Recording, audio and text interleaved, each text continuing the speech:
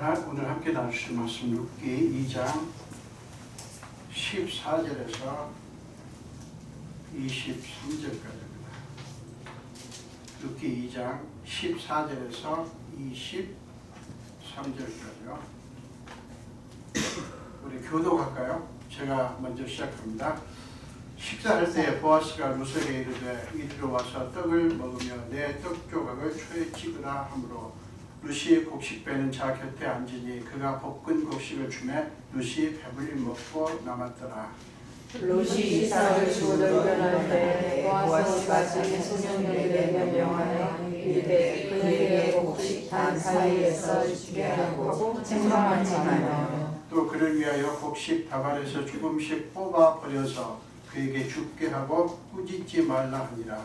롯을 밭에서 저녁까지 주고 그 죽은 것을 너희 우리가 한 에바쯤 되는지라. 그것을 가지고 소급에 들어가서 시어머니에게 그 주운 것을 보이고 그가 배불리 먹고 남긴 것을 내어 시어머니에게 드리매 시어머니가 그에게 이르되 오늘 어디서 주었느냐 어디서 일을 하였느냐 너를 돌본 자에게 복이 있기를 원하노라 하니 롯이 누구에게서 일하는지를 시어머니에게 알게 하여 이르되 오늘 일하게 한 사람의 이름은 보아스니라 하는지라. 나오미가 자기 며느리에게 이르되 그가 여호와로부터 복받기를 원하노라. 그가 살아있는 자와 죽은 자에게 은혜 베풀기를 그치지 아니하도다 하고 나오미가 또 그에게 이르되 그 사람은 우리와 가까우니 우리 기업을 물을 자 중에 하나이니라 하니라. 모압 여인 롯이 이르되 그가 또 이르기를 내 수술을 다 마치기까지 너는 내 소년들에게 가까이 있으라 하더라 하니 나오미가 며느리 룻에게 이르되 내 딸아 너는 그의 소녀들과 함께 나가고 다른 밭에서 사람을 만나지 아니하는 것이 좋으니라 하는지라. 이에 보아스가 소년들에게 가까이 있어서 보라 수수와 밀수술을 마치기 전까지 살아주며 그의 시어머니와 함께 동거하니라. 아멘. 네, 오늘 함께 봉독하신 말씀으로 은혜 공동체로의 초대. 영어로는 The Invitation to the Community of Grace 이렇게 잡았습니다. 은혜 공동체로의 초대. 이 신학 공동체라고 하는 것은 넓은 면에서 이렇게 말하는 건데 사실 교회죠. 하나님의 백성들이 모이는 곳이 만남이 은혜 공동체입니다. 본문은 은혜 공동체를 이루기 위해서 두 가지의 아름다운 초대가 여기 보입니다. 두 가지 아름다운 초대를 보여줍니다. 하나는 보아스의 초대이고요. 다른 하나는 룻의 시어머니 나오미의 초대입니다. 이제 우리 보아스의 초대를 보도록 하겠습니다. 14절이죠. 14절 제가 다시 읽습니다. 식사할 때 보아스가 룻에게 이르되 이리로 와서 떡을 먹으며 네 떡 조각을 초에 찍으라 하므로 룻이 곡식 빼는 자 곁에 앉으니 그가 볶은 곡식을 여기서 그는 보았습니다. 곡식을 주매 룻이 배불리 먹고 남았더라.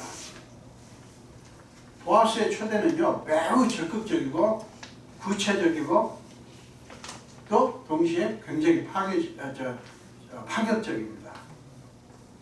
지금 자세하게 말하잖아요. 야 같이 와서 먹자 이렇게 말하는 게 그렇게 말하는 게 아니고 떡 조각을 초에 찍어라. 찍어서 먹어라. 그리고 뭐 볶은 곡식까지 이렇게 또 이렇게 줍니다. 이게 지금 왜 파격적이냐면 지난주도 말씀드렸지만 신분 차이 때문이에요. 엄청난 신분 차이. 그들의 공동체, 이스라엘의 공동체 바깥에 있는 이방 여인이에요. 그리고 지금 남편이 없는 그런 이방 여인, 외인인 이 룻을 식사 자리로 불러들인 거예요. 여러분 오늘날도 그렇지만 특별히 옛날에는 식사를 함께 한다고 하는 것은 굉장한 유대 관계를 가까운 관계라고 하는 것을 보여주는 거예요. 사실 오늘날도 뭐 아무하고나 식사합니까? 그래도 가까운 분들하고 하죠. 그러니까 이게 지금 전혀 이스라엘 백성이 아니고 이스라엘의 어떤 그 공동체에서 벗어나 있는 룻을 식사 자리로 불러들인 거예요. 거기다가 가장 낮은 신분에 밑바닥 신분에 이삭을 줍는 이방 여인 룻을 그렇게 했다는 거예요. 자, 그렇게 해서 보아스는 모든 일꾼들뿐만 아니라 지금 룻에게도 먹을 것을 주면서 함께 식사합니다. 저희 식사에 대해서 주목할 게 이거예요. 보아스가 룻에게 이리 와서 떡을 먹으며 내 떡저를 초에 찍으라 하므로 룻이 곡식배는 자 곁에 앉으니 그가 볶은 곡식을 주매. 지금 보아스가 사람들을 섬깁니다. 지금 이 식사 자리의 주인은 보아스고요. 그 다음에 보아스가 룻에게까지 그 볶은 곡식을 주는 거예요. 여기서 볶은 곡식은 보리가 완전히 좀 마르지 않았잖아요. 좀 물기가 있는 보리를 약간 볶아서 부드럽게 이렇게 만드는 거예요. 저는 어렸을 때 그 보리 이삭 이렇게 먹어봐서 알아요. 고소하고 맛있습니다. 그죠? 네, 고소하고 맛있어요. 네, 그거를 말합니다. 자, 그렇게 하는 거예요. 여러분, 주인이 종들과 함께 식사하는 자체가 파격적이에요. 사실은 그렇게 안 합니다. 근데 그것도 파격적인데 룻까지 불러들였다고 하는 것은 이거는 더 파격적이에요. 이것은 무엇을 얘기합니까? 룻을 인정해 줬다는 거고요. 그 공동체로 불러들인 거예요. 들어오게 한 거예요. 그러면 보아스는 왜 이방인 룻을 이렇게 했을까요? 공동체로 불러들였을까요? 다른 게 아니에요. 하나님 때문에. 보아스는 하나님을 믿고 사랑하는 사람이었기 때문에 하나님의 심정으로 그렇게 한 거예요. 지난주 우리 생각해 봤죠? 하나님의 마음으로 그렇게 한 거예요. 그리하여 이삭 죽는 자가 일꾼들과 함께, 이방 여인이 이스라엘 백성과 함께, 가난한 사람이 부자와 함께하는 공동체가 이루어졌고요. 그들은 함께 떡과 볶은 곡식을 배부르게 먹습니다. 주인이니까 더 귀한 것을 더 많이 먹고, 일꾼이니까 종이니까 귀한 곡식을 못 먹고, 이게 아니에요. 지금 보아스도 일꾼들도 심지어는 이방 여인 룻도 똑같은 음식을 똑같은 자리에 앉아서 배부르게 먹습니다. 자, 보아스와 종들과 룻의 이 식사 자리에는요, 어떤 신분 차이나 먹는 음식의 구별이 없어요. 이방 여인 룻까지 모두가 하나가 되어서 똑같은 음식을 함께 먹는 거예요. 지금 이 식사 자리의 모습은요, 하나님 앞에 우리 모두가 어떤 존재인가를 증명하는 거예요.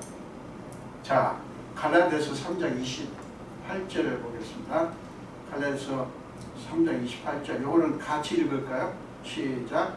너희는 유대인이나 헬라인이나 종이나 자유인이나 남자나 여자나 다 그리스도와 예수 안에서 하나입니다. 우리는 너나 할 것 없이 잘났거나 못났거나 차이가, 우리가 얼굴 차이도 있고 다 다르지만 우리는 그리스도 예수 안에서는 하나예요. 이게 우리 특권이라고 해요. 여러분, 예수 안에서는 문화나 계층이나 성별의 장벽이 무너져요. 그리고 학식이나 지위나 명예나 권세의 차이도 무너집니다. 이것이 하나님이 원하시는 아름다운 공동체의 모습이에요. 그렇기 때문에 세상에서 이런저런 차이 같은 걸로 사람들 사이를 계급화하고 구분하는 것은 전혀 하나님 뜻이 아니에요.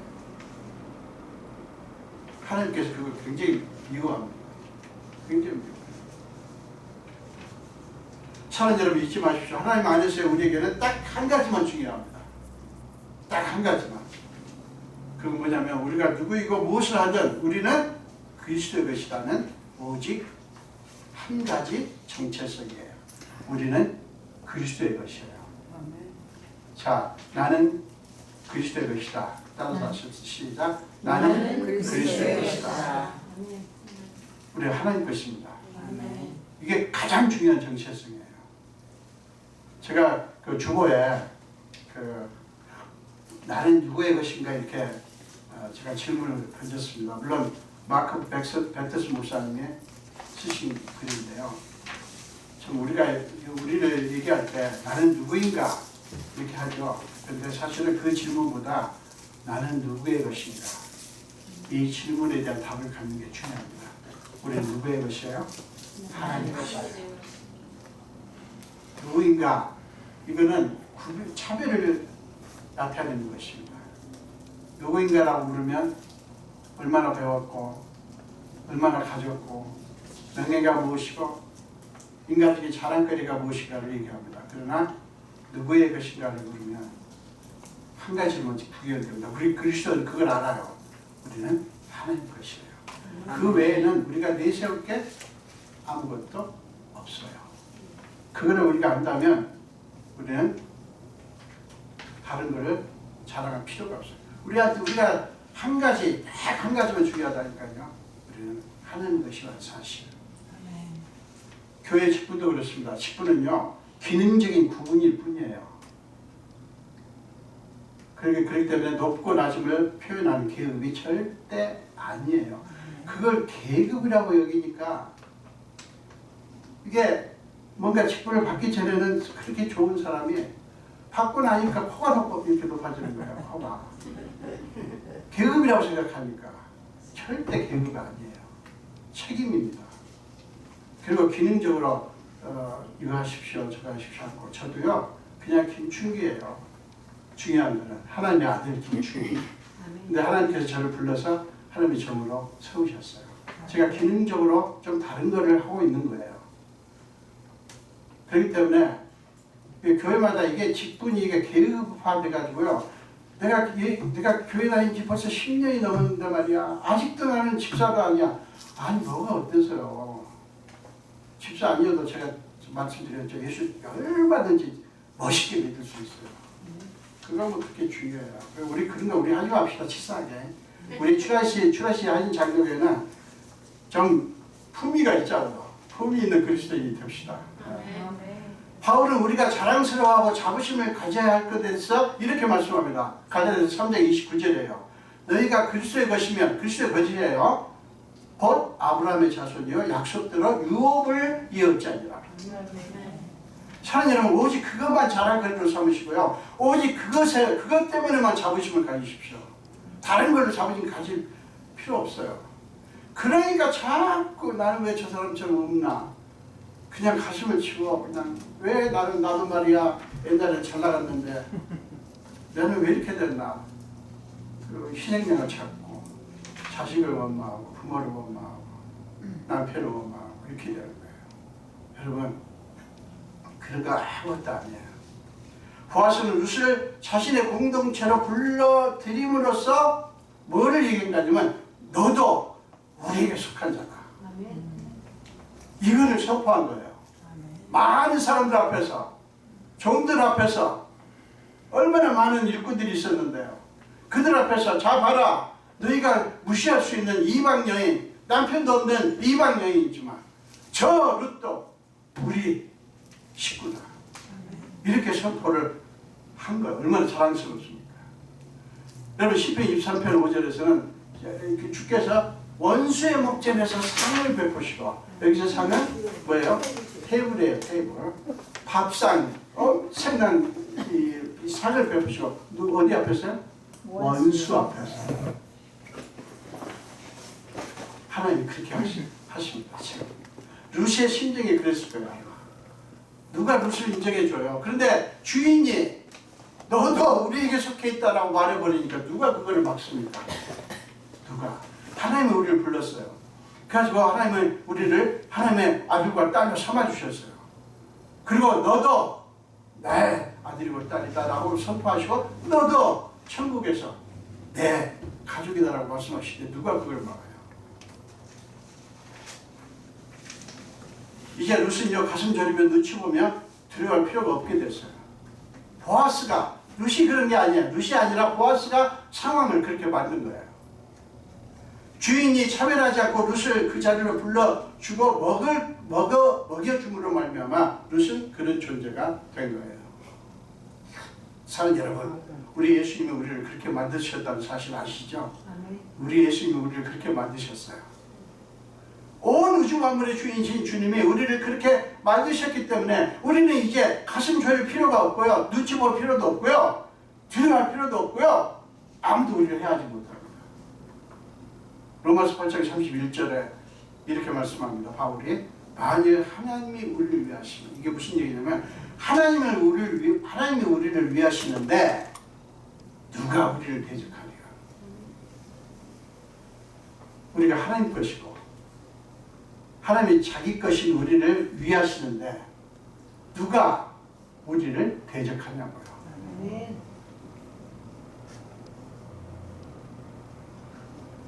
여러분, 룻을 향한 보아스의 배려하는 마음은, 돌보는 마음은, 사랑하는 마음은 그것으로 끝나지 않았어요. 15절, 16절 보겠습니다. 룻이 이삭을 죽으러 일어날 때 보아스가 자기 소년들에게 명령하여 이르되, 지금 이거 룻이 알아요? 룻 몰래 합니다. 룻은 이미 이삭 죽으러 갔어요. 근데 그 소년들에게 이렇게 명령합니다. 그에게 곡식 단 사이에서 죽게 하고 책망하지 말고. 원래 이삭 죽는 자들은 이제 그 이삭 그 배에 있는 자들이 다 지나가고 저 뒤에서 조심스럽게 따라가야 돼요. 눈치 보면서. 근데 곡식 배는 자들 사이에서 죽으래요. 책망하지 말며 또 그를 위하여 곡식 다발에서 조금씩 뽑아버려서, 이제 곡식을 이렇게 베고 그걸 이제 이렇게 묶어가 이렇게 이제 모아서 이렇게 묶습니다. 그렇게 할 때 일부러 떨어뜨리래요. 일부러.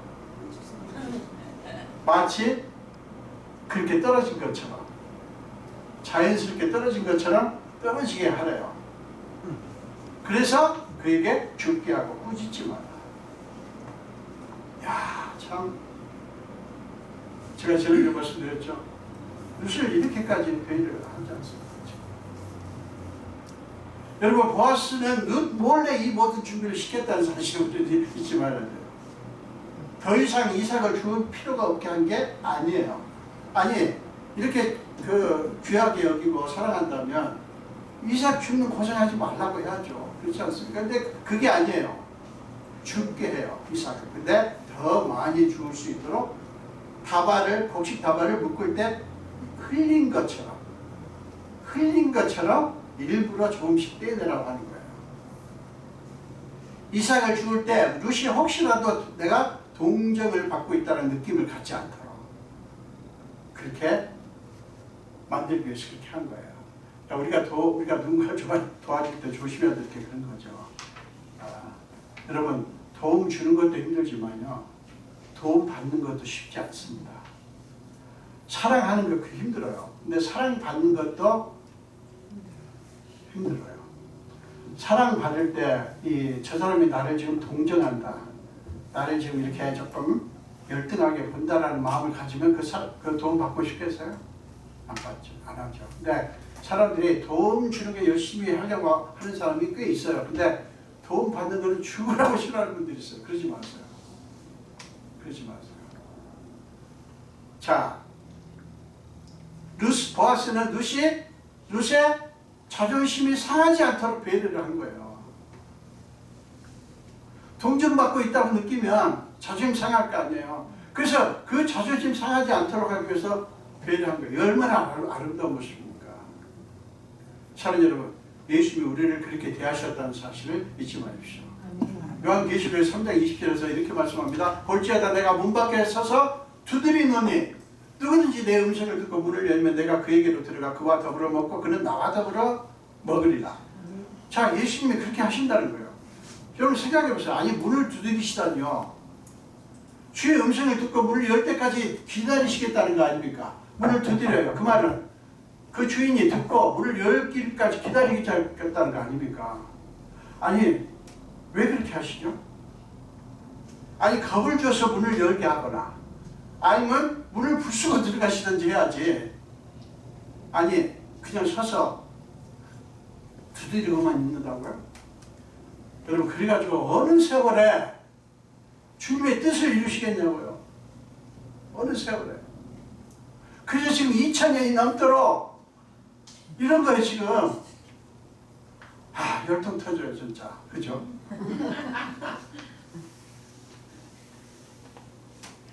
제가 요새는 그런 말 안 합니다.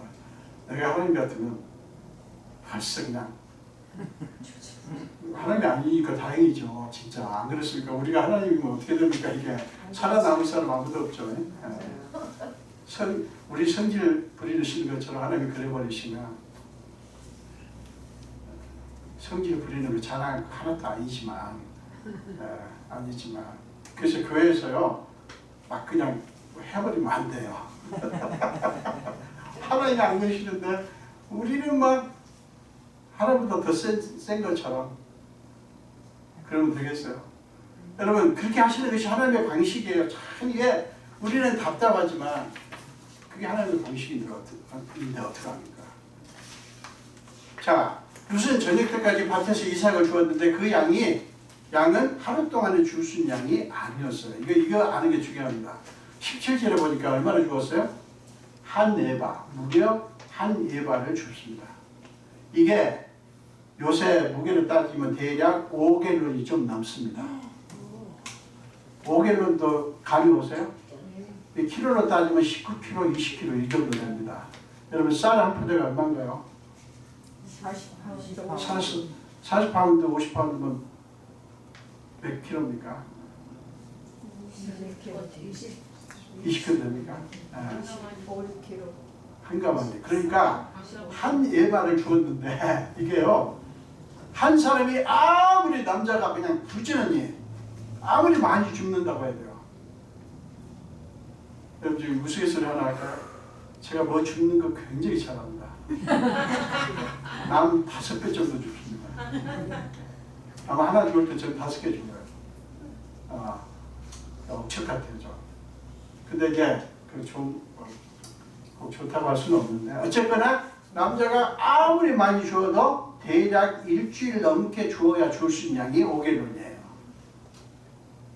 이게 뭡니까? 보아스가 베푼 호의가 얼마나 큰가를 보여주는 거예요. 근데 그래서 보아스는 그것을 룻이 눈치채지 못하도록 주의 깊게 했다는 점을 우리는 주목을 해야 됩니다. 자, 여러분 하나님의 은혜는 그런 식으로 임합니다. 그래서 우리가 하나님의 은혜를 알아차리지 못하는 경우가 아주 많아요. 지나놓고 나서 은혜였구나 깨달을 때가 많아요. 보아스는 바로 그런 하나님의 은혜의 방식을 보여주는 거예요. 하나님은 우리한테 은혜 베푸시고 자랑 안 하셔요. 그냥 아무 소리 안 하셔요. 보아스는 룻에게 베푼 호의가 자신 주는 것이 아니라 하나님의 은총의 열매라고 하는 것을 알고 싶었던 거예요. 그래서 몰래 한 거예요. 내가 너를 도와주는 게 아니다. 하나님께서 너한테 은총을 베푸는 것이다. 이거를 느끼게 하라고 그렇게 한 거예요. 자기는 빠지고 뭐가 드러나요? 하나님의 은혜가 드러나기를 원했던 거예요. 룻은 엄청난 양의 주운 것과 점심 때 밥을 먹고 남은 것을 시어머니에게 내어드립니다. 시어머니는 며느리가 가져온 것을 보고 놀라서 이렇게 묻습니다. 19절 오늘 어디서 주었느냐? 어디서 일을 하였느냐? 너를 돌본 자에게 복이 있기를 원하노라. 나오미는 필시 이렇게 많은 양을 갖고 온 데는 이거는 누군가가 특별한 도움이 있었기 때문에 이런 것이지 절대로 그냥 자연스럽게 된 것이 아니라고 하는 것을 생각하고 불안하기도 하고 궁금하기도 했던 거예요. 그래서 룻은 시어머니에게 오늘 일하게 한 사람의 이름은 보아스입니다. 이렇게 대답을 합니다. 그러자 나오미의 반응이 바뀝니다. 20절 보세요. 나오미가 자기 며느리에게 이르되 그가 여호와로부터 복받기를 원하노라. 여호와의 이름을 부릅니다. 그가 살아있는 자와 죽은 자에게 은혜 베풀기를 그치지 아니하도다. 이게 좀 애매한 말인데 살아있는 자는 누구를 가리켜요? 자기를 가리키는 거야. 그 다음에 죽은 자는 누굽니까? 자기 남편과 두 아들이에요. 자, 이게 무슨 소리예요? 그가 살아있는 자와 죽은 자에게 은혜 베푸기를 그치지 아니하는도다. 나오미가 또 그 얘기인데 그 사람은 우리와 가까우니 우리 기업을 물을 자 중에 하나입니다 하니라. 이게 무슨 소리냐면 지금 나오미 집안에 빚이 많아가지고 땅을 뺏긴 거예요. 그걸 의미합니다. 그래서 집도 절도 없는 사람이 된 거예요. 빚 때문에 땅이 넘어갔어요. 지금 그 얘기를 하는 겁니다.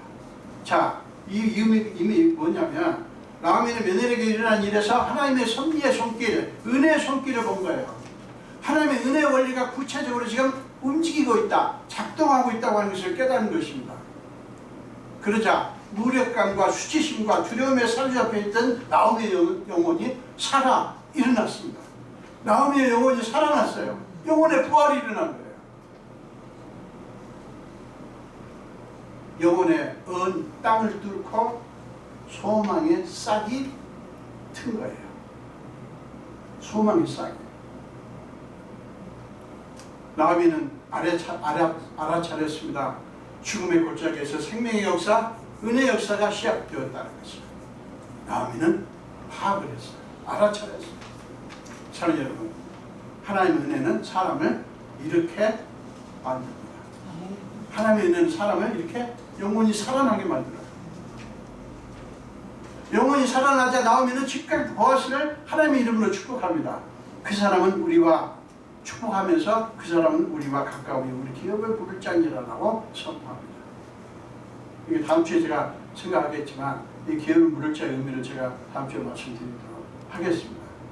미처 생각하지 못했던 보아스를 통해 하나님이 은혜의 역사를 시작한 것을 나오미는 느낀 거예요.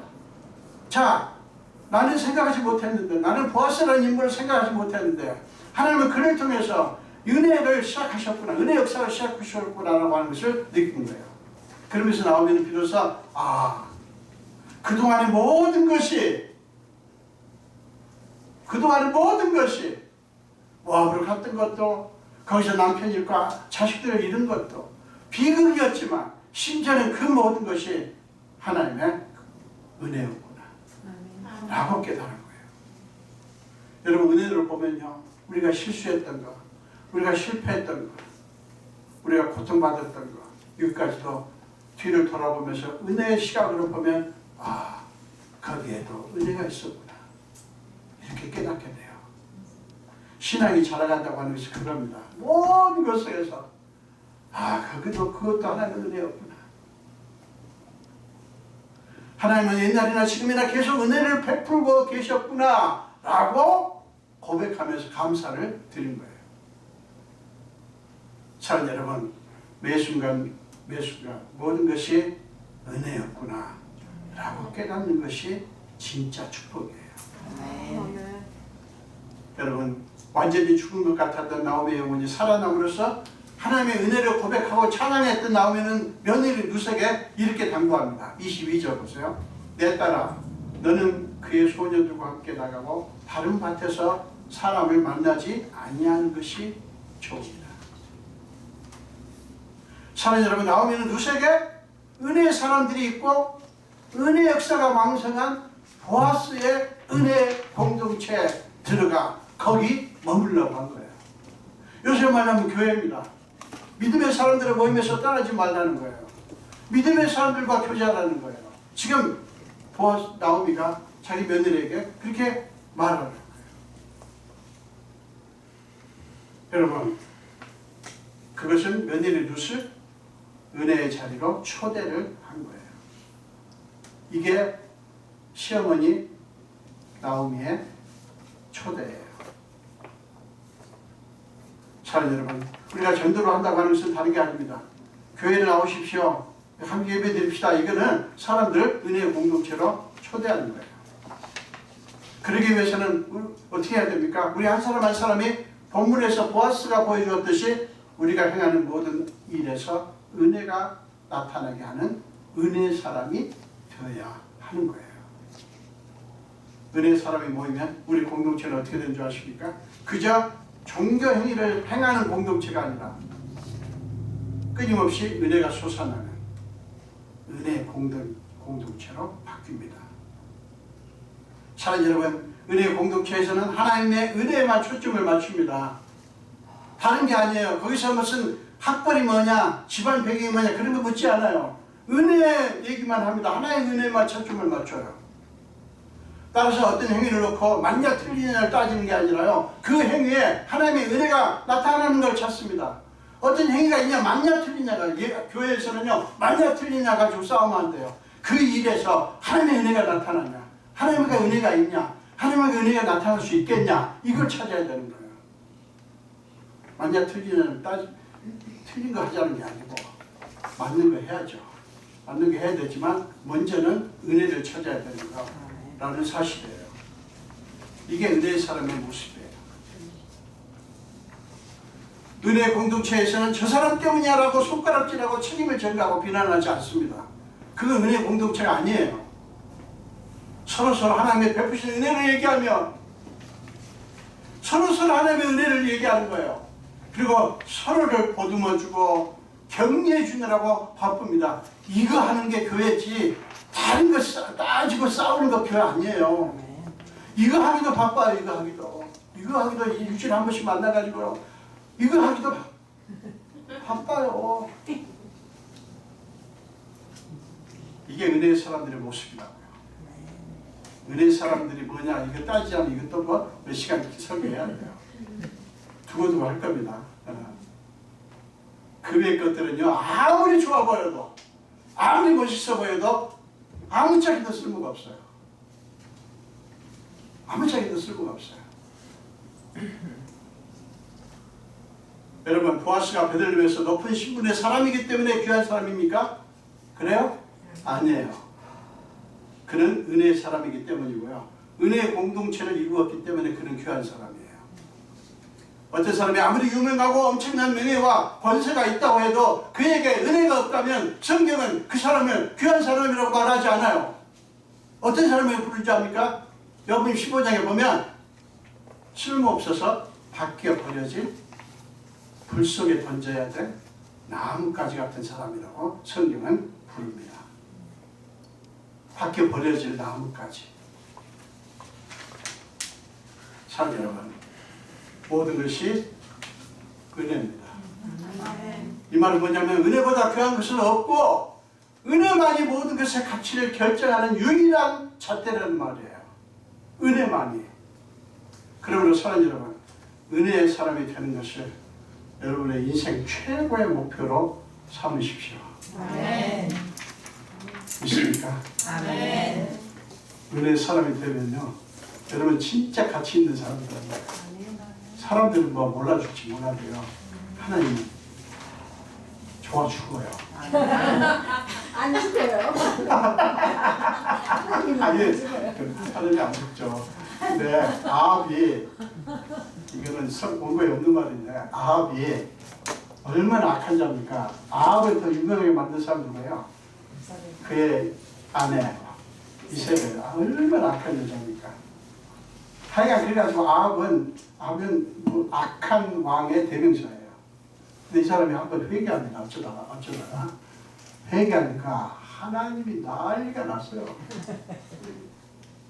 난리가 나가지고 선지자를 불러가지고 네가 보았냐? 내 종 아합이 죄를 무릅쓰고 너가 보았냐? 난리를 치십니다.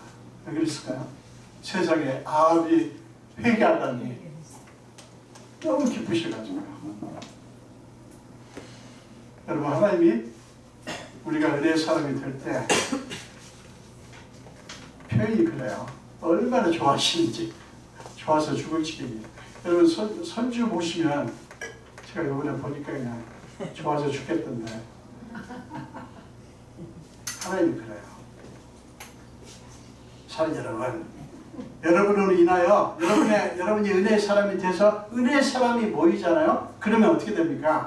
이 공동체는 은혜의 공동체가 돼요. 막 특별하게 뭐를 안 해도 여러분을 인하여 우리 공동체가 한번 은혜의 공동체가 한번 됩시다.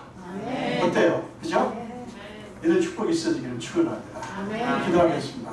예수님 감사합니다. 우리가 뭔데 오늘 또 이렇게 은혜를 베푸시고 예배를 드리게 하십니까? 너무너무 감사합니다.